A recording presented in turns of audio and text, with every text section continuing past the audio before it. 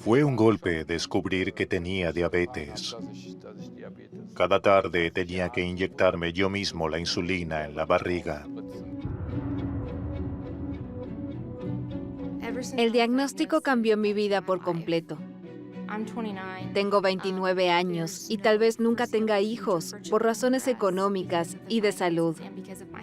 Calculamos que hoy unos 400 millones de personas sufren de diabetes. Es un desastre global que se nos viene encima. La pérdida de productividad sumada a los costos sanitarios y médicos arrojan una cifra astronómica. La industria farmacéutica gana mucho dinero con la diabetes. Para esas empresas la enfermedad es una bendición.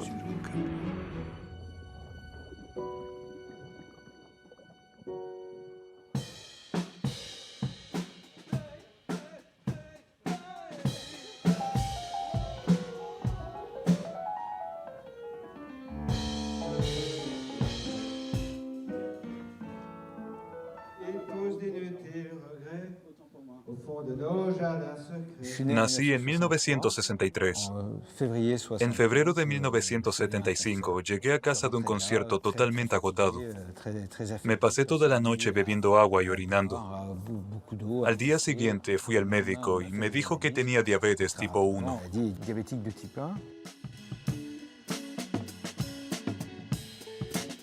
La diabetes tipo 1 aparece sin previo aviso. Hace 45 años, el páncreas del músico Bertrand Burgalat dejó de producir insulina. La medicina no puede explicar ni curar este fenómeno. Es una enfermedad insidiosa que limita mucho la vida de los afectados. ¿Lo mides otra vez? Sí, antes tenía 81, pero siempre hay un retraso. Cuando pienso en el concierto, lo único que se me ocurre es que si el azúcar está muy alto, después estoy agotado. Pero un nivel demasiado bajo tampoco es bueno. Llévate algo dulce al escenario. La diabetes tipo 1 causa muchas molestias. Inyectarse es casi el mal menor. Más estresante es que a menudo te inyectas 10 veces al día para asegurarte de que no pasa nada. Y siempre estás pensando en si tienes demasiada o poca insulina en la sangre. Hay que calcular y planificar constantemente porque la insulina inyectada reacciona mucho más lentamente que la insulina propia del páncreas. Siempre hay que tenerlo presente. Y esos pensamientos son mucho más inquietantes que las inyecciones en sí.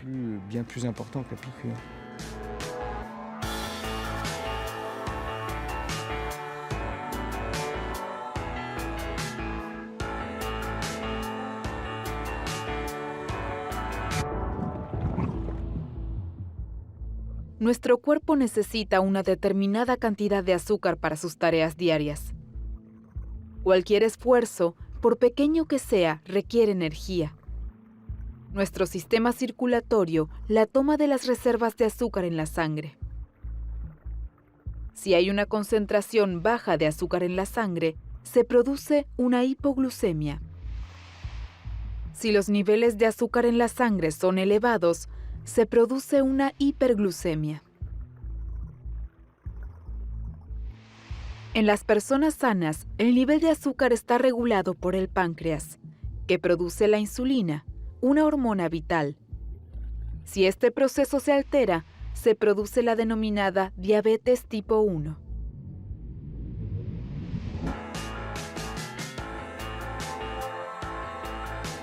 Cuando falta el neurotransmisor insulina, el azúcar se acumula en la sangre.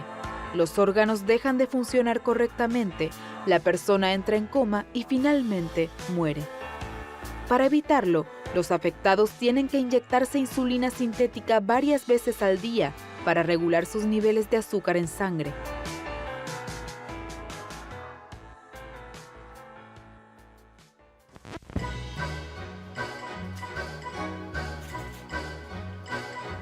En los años 60, con el surgimiento de la sociedad de consumo, se dispara la segunda forma de la enfermedad, la diabetes tipo 2. El estilo de vida y los hábitos alimenticios cambian.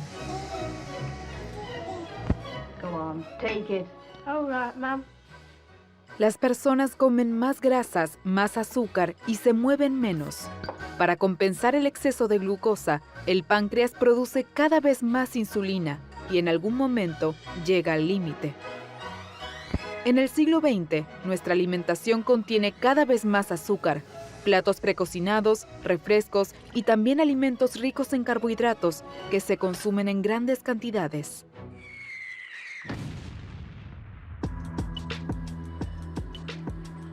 El número de enfermos de diabetes aumenta vertiginosamente en pocas décadas, pasando de 50 a 430 millones en todo el mundo. El 90% de ellos padece diabetes tipo 2. La enfermedad comenzó en los países occidentales, en Europa y Estados Unidos, y se ha extendido por todo el mundo. En China, la diabetes prácticamente no se conocía hace 30 años. Hoy la sufre 1 de cada 10 adultos. Esta enfermedad crónica se ha propagado también en África. Para 2050 se espera allí un aumento del 150%.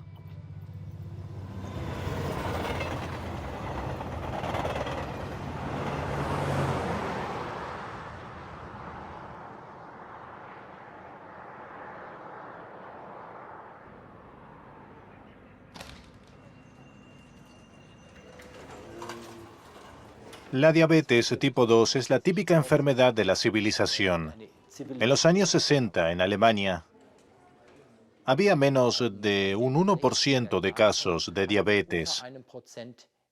Hoy suponemos que entre el 9 y el 11% de la población tiene diabetes. Es una enfermedad sigilosa que no se anuncia hasta que de repente causa serios problemas. Buenos días, señor Bussmann. Vamos a tomar una muestra de sangre. Acompáñeme.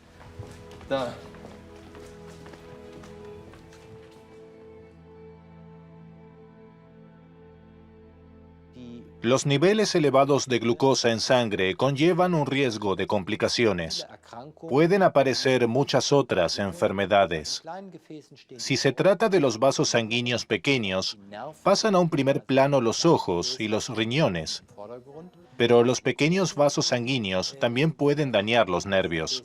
En cuanto a los vasos sanguíneos grandes, son los vasos del cuello y los del corazón. Así que las personas con diabetes son estadísticamente más propensas a sufrir un infarto que las personas que ya han tenido un infarto pero no tienen diabetes. Una de las complicaciones más temidas es, por supuesto, el pie diabético.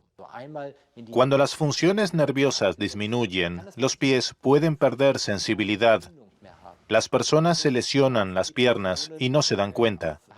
Las lesiones se infectan y surgen problemas considerables que pueden desembocar en una amputación. ¿Le duele?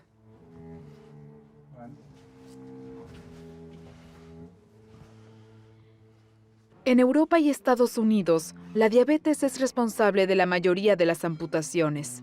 La enfermedad también puede afectar a los riñones, por lo que es una de las principales causas de tratamientos de diálisis y trasplantes de riñón.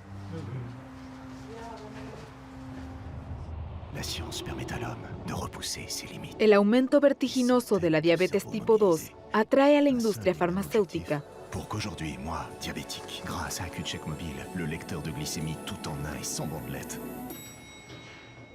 je puisse vivre une vie normale, quoi. En los años 80 se promocionan muchos tratamientos nuevos que prometen una vida normal y agradable.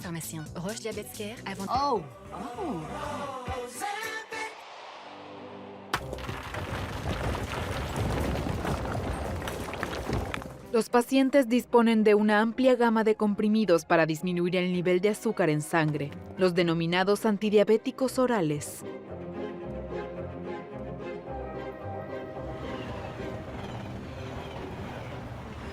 Por lo general, los medicamentos pueden controlar la enfermedad, pero no la curan. Los pacientes deben tomarlos de por vida y el precio aumenta sin cesar.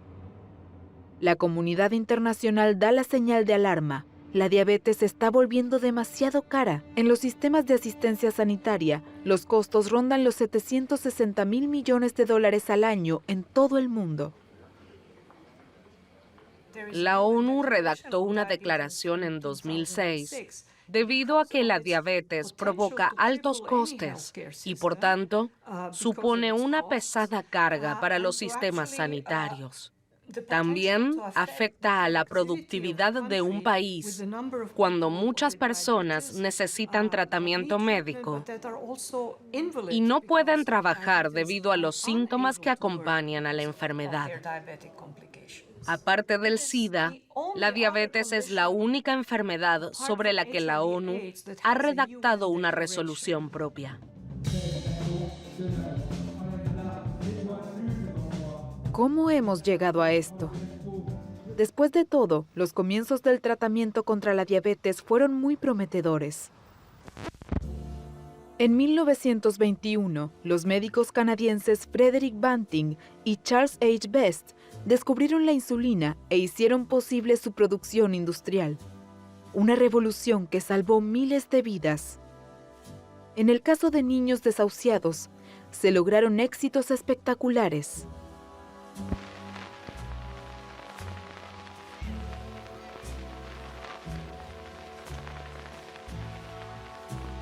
Los investigadores canadienses venden su patente por el precio simbólico de $1 a la empresa farmacéutica estadounidense Lilly. Es el comienzo de la producción industrial de insulina. Could you tell me anything about insulin?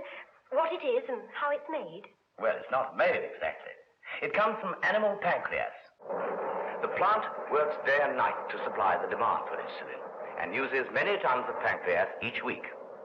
Most of the pancreas comes from abroad and arrives at the factory deep frozen. It is reduced to a paste and mixed with alcohol, which dissolves the insulin.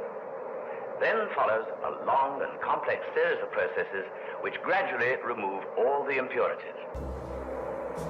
La producción se perfecciona con el paso de las décadas. En la actualidad, 3 empresas se disputan las nuevas patentes: la estadounidense Lilly, la danesa Novo Nordisk y la francesa Sanofi.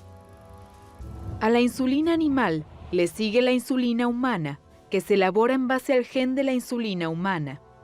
Por primera vez suben los precios. En algunos países, la insulina humana es de 3 a 10 veces más cara que la insulina animal. Ahora era posible abrir el genoma humano y extraer el cromosoma responsable de la producción de insulina.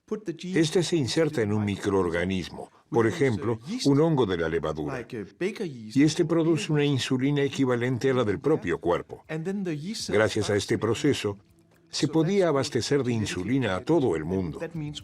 Y cuando aumentaba la demanda, simplemente se construía una nueva fábrica.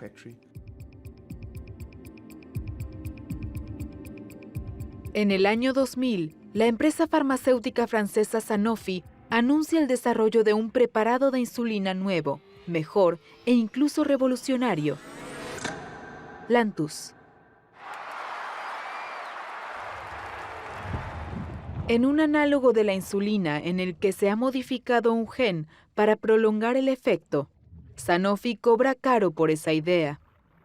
Cuando se lanzó al mercado, una dosis de Lantus costaba en Francia 46 euros. Una dosis de insulina humana, 18.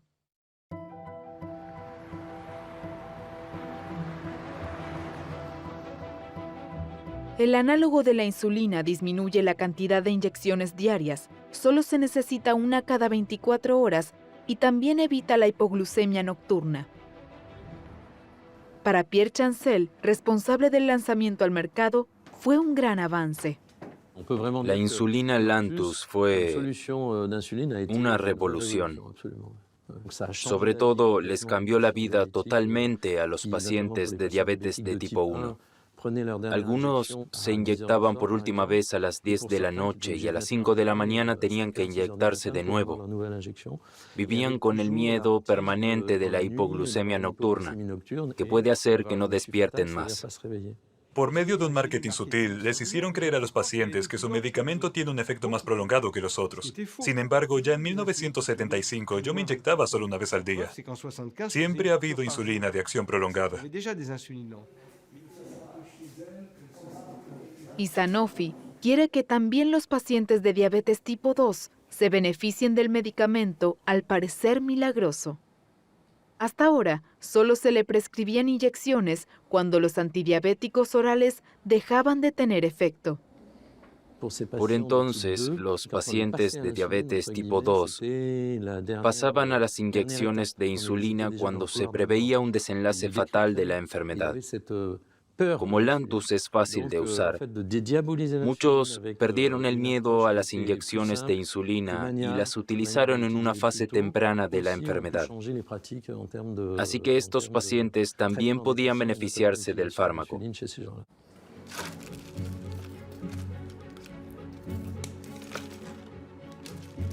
La concentración de glucosa en sangre, es decir, la glucemia, se determina mediante análisis cuyos resultados son muy complejos para los profanos. Por eso, Sanofi introdujo un marcador fácil de comprender.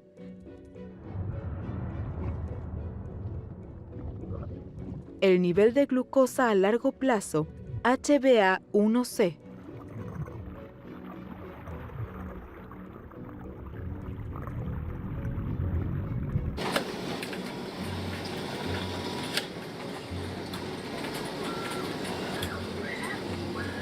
La empresa comienza una campaña de prevención a gran escala con un mensaje sencillo que cualquiera puede recordar. Si el nivel de glucosa a largo plazo está por debajo de 7, no hay problema. Si está por encima de 7, es peligroso. Una brillante jugada de marketing. En pocos años, Lantus se convierte en un éxito de ventas de la industria farmacéutica. En 2015, el año de mayores ventas y poco antes de que venza la patente, el medicamento alcanza el 20% de la facturación de Sanofi, más de 6.000 millones de euros.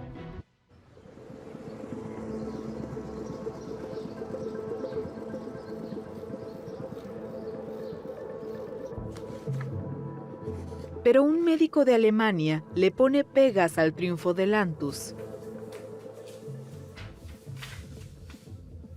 Por entonces, Peter Savicki es director del Instituto para la Calidad y Eficiencia de la Asistencia Sanitaria.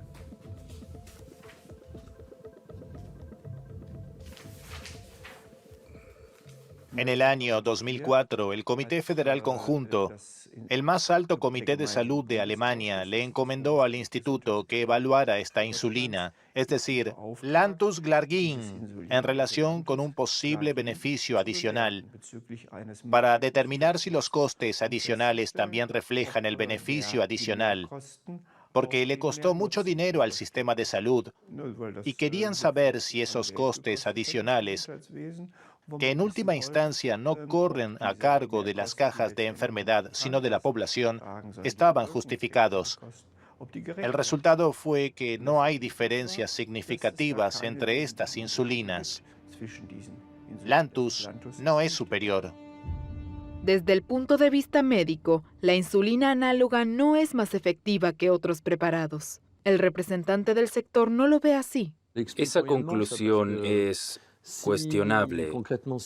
Dígale a un paciente que toma un análogo de la insulina que vuelva a su antiguo preparado y que no tendrá ningún problema ni le perjudicará. No creo que convenza a muchos.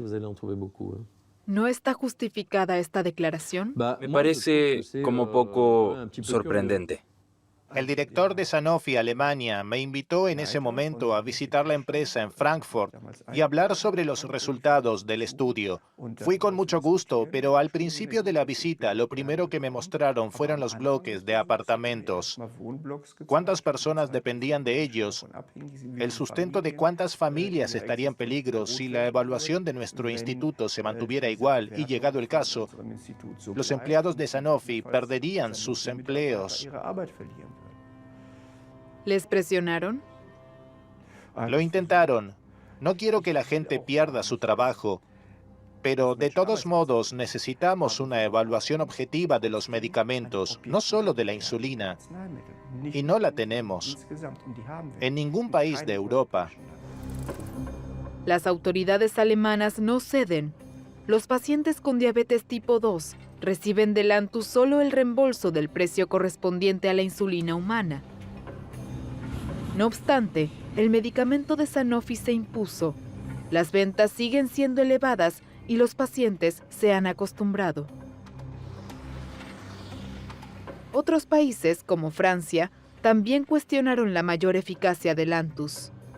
Sin consecuencias, el éxito de ventas de Sanofi sigue siendo la insulina más vendida del mundo. Desde 2015, los competidores de Sanofi, Novo Nordisk y Lilly, también ofrecen análogos de la insulina de acción prolongada y también justifican el elevado precio con promesas jactanciosas.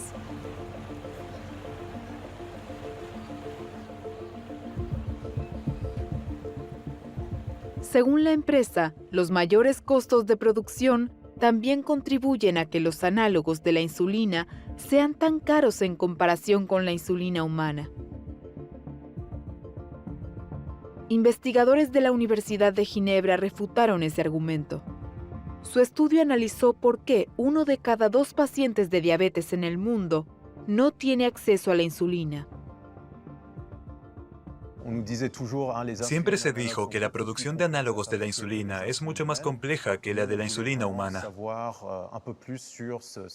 Así que examinamos los costes de producción y, junto con nuestros colegas, analizamos cada uno de los elementos de la cadena de producción.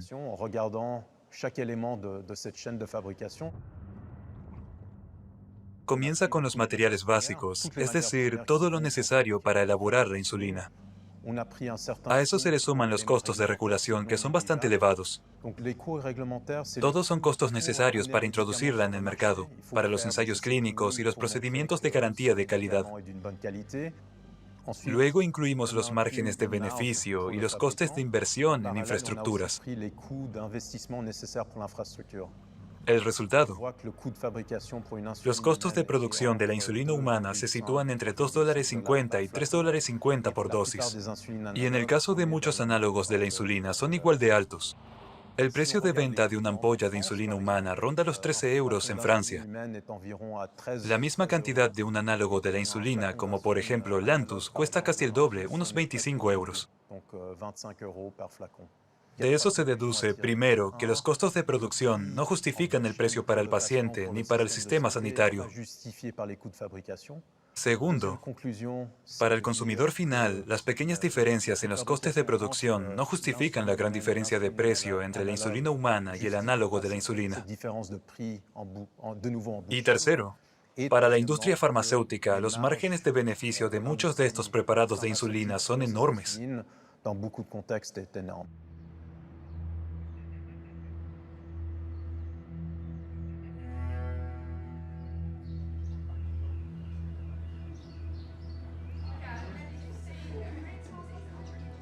En Estados Unidos, la supremacía de los gigantes farmacéuticos adquirió rasgos grotescos y trágicos a la vez.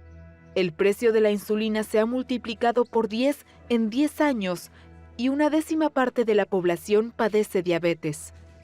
Muchos pacientes ya no pueden permitirse esta hormona vital, a pesar de tener seguros privados.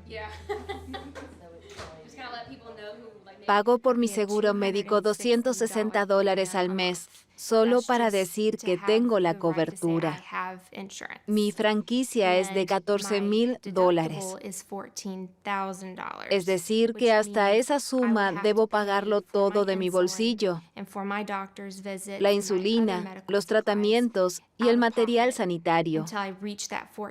Recién cuando alcanzo el límite, el seguro médico cubre los gastos. Casi nadie puede ganar $14,000 más al año. Para mi marido y para mí es casi imposible.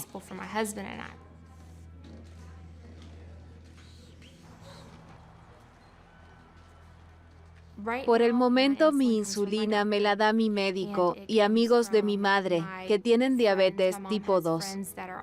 Les sobraba un poco de insulina que me regalaron generosamente. Y hace poco fallecieron pacientes de mi médico y él me dio su ración anual. De momento, por suerte, no me cuesta nada. Sería un desastre si tuviera que pagar la insulina de mi bolsillo cada mes.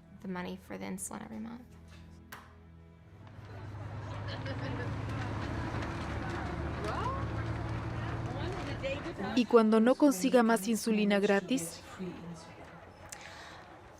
No lo sé. Hasta ahora nunca me ha pasado. Por suerte.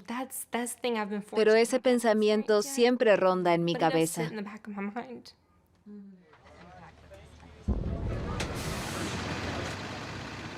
Mi nombre es Elizabeth y soy la fundadora de T1 International, una organización de protección para los diabéticos que no acepta fondos de la industria farmacéutica. Queremos que todas las personas con diabetes tipo 1 tengan acceso a lo que necesitan para sobrevivir. La empresa frente a la que me encuentro aumentó más del 1000% el precio de la insulina. Nosotros decimos que el acceso a la insulina es un derecho humano, es un problema global. La gente se muere en todo el mundo, también aquí en los Estados Unidos de América, el país supuestamente más rico del mundo, con el mejor sistema de asistencia sanitaria del mundo. No puede ser. Esta empresa antepone el beneficio a las personas. Esto no está bien y hay que hacer algo. Medicines for people, not for profits. One more time. Medicines for people, not for profits. Estamos en crisis. Muchas personas tienen que racionar su insulina. Toman menos de lo que deberían, dejan de tomarla o intentan regularlo todo a través de la dieta. Pero esto puede ser fatal. Muchas personas pierden años de su vida por no poder pagar la insulina. Mi marido y yo nunca compraremos una casa. No podemos permitírnoslo. Tampoco podremos permitirnos tener hijos. Ese es el mayor sacrificio que tengo que hacer. No tendré una vida familiar tradicional. No sabemos si será posible. Desde hace 8 años, nuestra vida ha sido todo menos normal. Somos felices juntos y también hemos pasado por momentos muy difíciles. Nuestra vida no es como la de otras personas de nuestra edad. Ahora vamos a distribuir estos frasquitos de insulina. Les quitamos las etiquetas y metimos pequeñas notas. En ellas pone las cosas que tenemos que sacrificar porque la insulina es muy cara. Nicole puso parte de las cenizas de Alex en uno de los frasquitos. Él tuvo que sacrificar su vida porque no podía seguir pagando la insulina.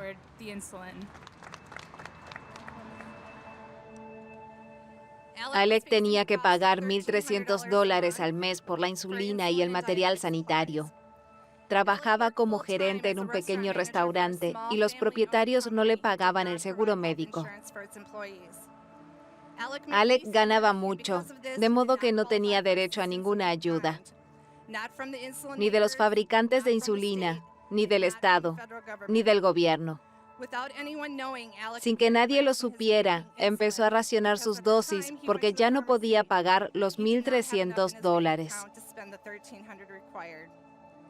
Alec cambió su dieta y tomaba menos insulina de la que su cuerpo necesitaba para aguantar hasta el siguiente día de pago.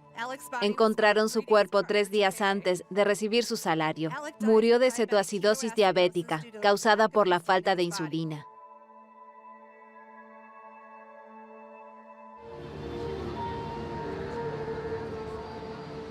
A principios de 2019, el Congreso exigió a las empresas que justificaran los enormes aumentos de precios.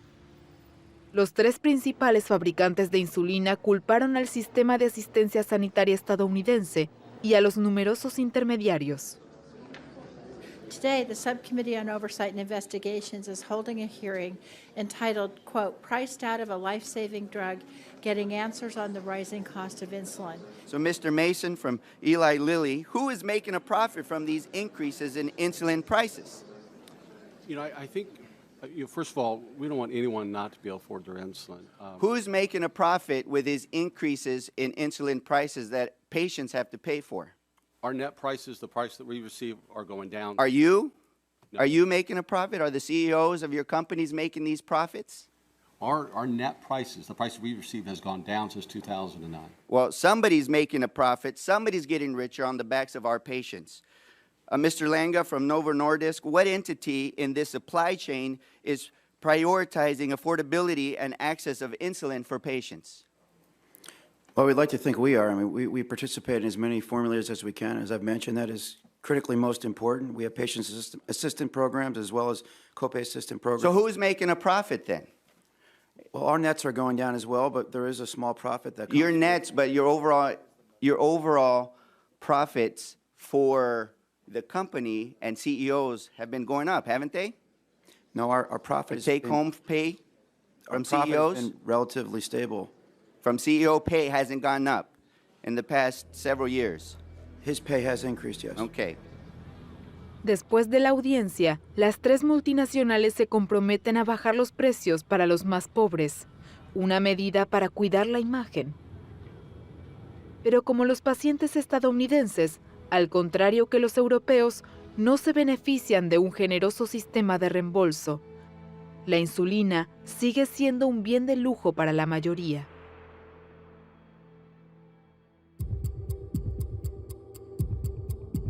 El precio de la hormona de producción sintética es solo uno de los problemas del tratamiento de la diabetes. Otro puede incluso tener consecuencias fatales para los pacientes.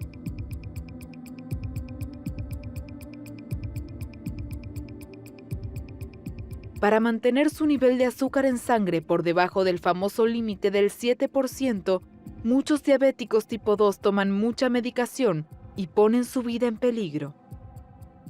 Me enteré por la médica de cabecera, que por entonces tenía su consulta aquí cerca. Me hizo el examen anual y dijo que mi nivel de azúcar en sangre a largo plazo, el HbA1c, era demasiado alto y que tenía que tomar medicamentos. Así viví durante muchos años y en esa época el nivel de azúcar en sangre subió con los años hasta un 11%. Ese fue el valor máximo.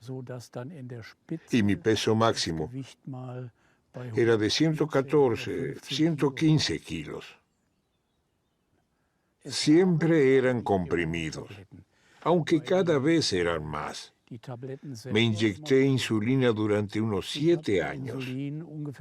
Después de la primera experiencia, cuando noté que me temblaba el cuerpo y la presión sanguínea no era la adecuada, me medí el nivel de azúcar en sangre y comprobé que estaba por debajo de 60 en mi medidor. Es decir, que el medidor parpadeaba en rojo y decía que no se podía medir, que estaba por debajo de 60. A finales de agosto tuve un incidente y casi entré en coma diabético. Una hipoglucemia grave casi le cuesta la vida al paciente como resultado de un intento obsesivo de mantener el nivel de azúcar en sangre por debajo del 7%. En 2008, un estudio hace tambalearse al tratamiento consolidado hasta entonces, Demuestra que cuanto mayor es el consumo de medicamentos para mantener bajo el nivel de azúcar en sangre, mayor es el riesgo para los pacientes. El uso periódico de medicamentos para reducir el nivel de HbA1c aumenta el riesgo de hipoglucemia y de enfermedades cardiovasculares.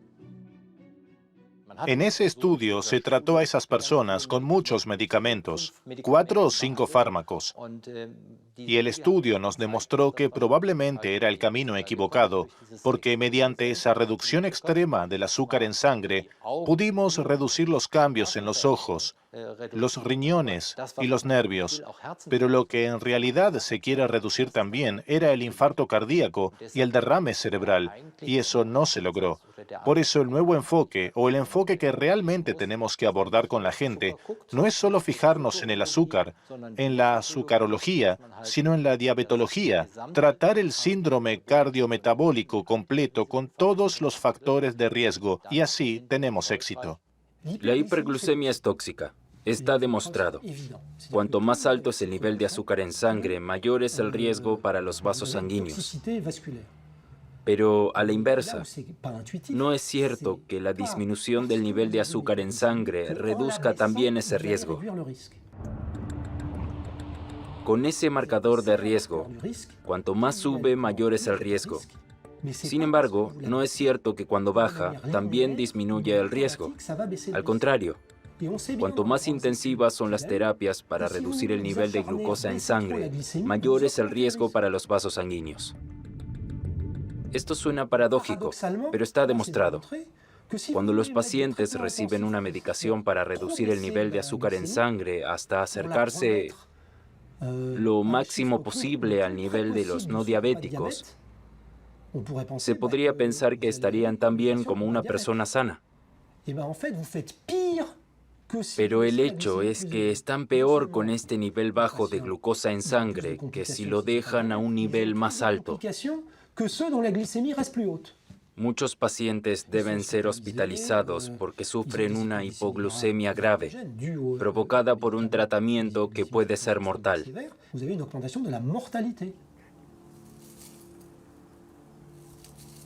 Tuve una experiencia casi de coma y dije que no quería volver a pasar por eso. Señor Strenger, venga conmigo.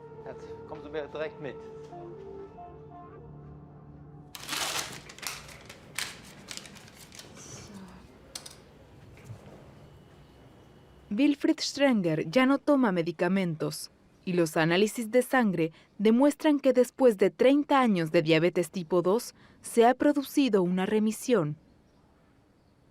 Su médico le había sugerido un método radical, una dieta estricta desarrollada por un equipo de investigadores británicos.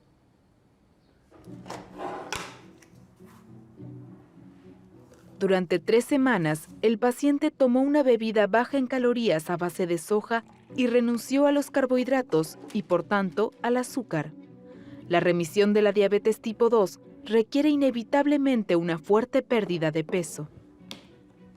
En el caso de la diabetes tipo 2, durante mucho tiempo se creyó que era para siempre, hasta que un grupo de investigación británico presentó unos estudios sensacionales. Tomaron a personas que padecían diabetes desde hacía unos años y las sometieron a un programa de pérdida de peso radical.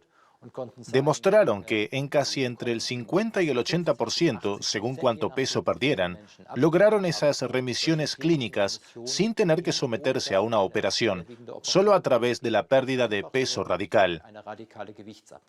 Sabemos por estudios detallados con resonancia magnética que si el páncreas es graso, la producción de insulina disminuye. La producción de insulina no está dañada, sino que las células ya no pueden producirla. Cuando el páncreas pierde grasa, las células productoras de insulina recuperan la capacidad de producir más insulina. Entonces, los niveles de azúcar en sangre bajan. Hicimos experimentos similares y tuvimos experiencias parecidas en Düsseldorf. Logramos que personas que se trataban con insulina volvieran a tomar solo medicación o que pasaran a una remisión clínica total. Y creo que ese será el rumbo del futuro.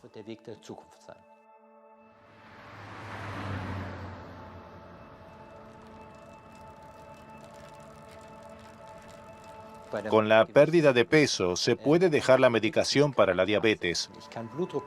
Se puede dejar de tomar la medicación para la presión arterial. Tal vez se pueda evitar una operación de rodilla. Así que en el estilo de vida tenemos una panacea que ataca áreas muy diferentes. Si se sumaran todas esas enfermedades, se ahorraría mucho dinero que se podría invertir en este ámbito. Pero la opinión general es que, si no sirve de nada, no vale la pena hacerlo. Y ese problema lo debe abordar la política. Pero los grupos de interés de la industria farmacéutica y de las universidades son totalmente diferentes, así que a nadie le interesa. Eso siempre me desconcierta y entristece. Varios miles de pacientes de Europa y Estados Unidos ya han probado este método. Requiere una disciplina férrea y mucha motivación, y solo 1/3 de los pacientes de diabetes tipo 2 puede curarse de esta manera. La mayoría tendrá que seguir tomando medicación.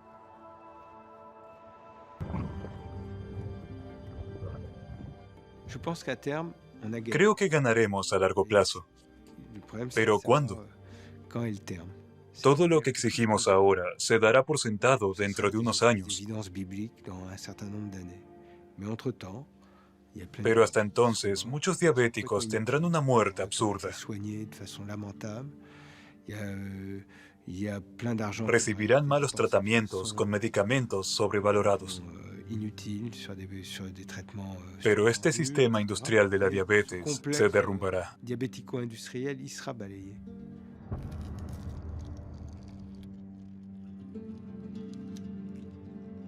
La diabetes es algo más que una cuestión de azúcar en sangre. La enfermedad pone al descubierto las irregularidades de las industrias alimentaria y farmacéutica. Y mientras ningún gobierno haga algo en contra, la enfermedad seguirá extendiéndose.